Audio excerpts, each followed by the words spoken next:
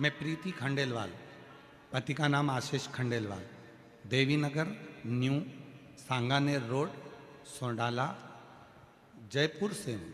कहीं बैठी हो तो आ सकती हैं।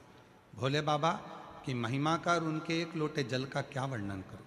मेरे भाई की तैयारी करते करते 7 साल हो गए थे, पर उसकी नौकरी नहीं लग रही थी। फिर गुरुदेव, मैंने मेरे भाई को विद्याधर नगर स्टेडियम में जो कथा हुई थी उसमें उसको लेकर आई, कथा में लेकर गई। और गुरुजी, मेरे भाई को इन सब कथाओं पर विश्वास ही नहीं था। वो विश्वास नहीं करता था कि क्या पंडाल में बैठकर जो कथा सुनता है बाबा उसको 3 महीने में दे देता है। मेरे भाई को विश्वास नहीं था, उसने पत्र में लिखा है, आप भी पढ़ सकते हैं। मेरे भाई को विश्वास नहीं था, क्या ऐसा हो सकता है कि कथा सुनो और 3 महीने में बाबा दे दे।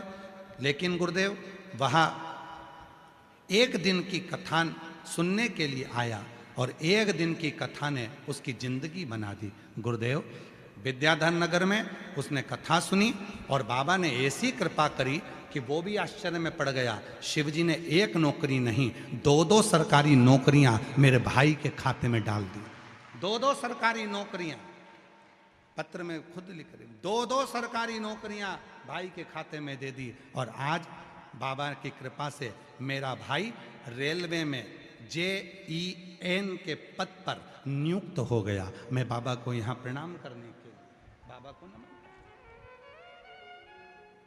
भले विश्वास नहीं, आप में से कई मेरी जीजियां भी ऐसी होंगी, कई मेरे जीजा भी ऐसे होंगे, कई मेरी बेटियां ऐसी होंगी, कई मेरे बेटा ऐसे होंगे, कई बुजुर्ग माँ बाप ऐसे आए होंगे जो केवल परखने के लिए आए होंगे कि हमने सुना है बाबा कथा कहता है, सियोर वाला बाबा आता है, कथा कहता है, और कथा कहने पर उससे जो प्रार्थना करी जाए वो बाबा देता है। कई ऐसी आई होंगी, कई ऐसे मेरे जीजा आए होंगे जो परीक्षा करने के लिए आए होंगे। हम भी देखें वो देता है कि नहीं देता।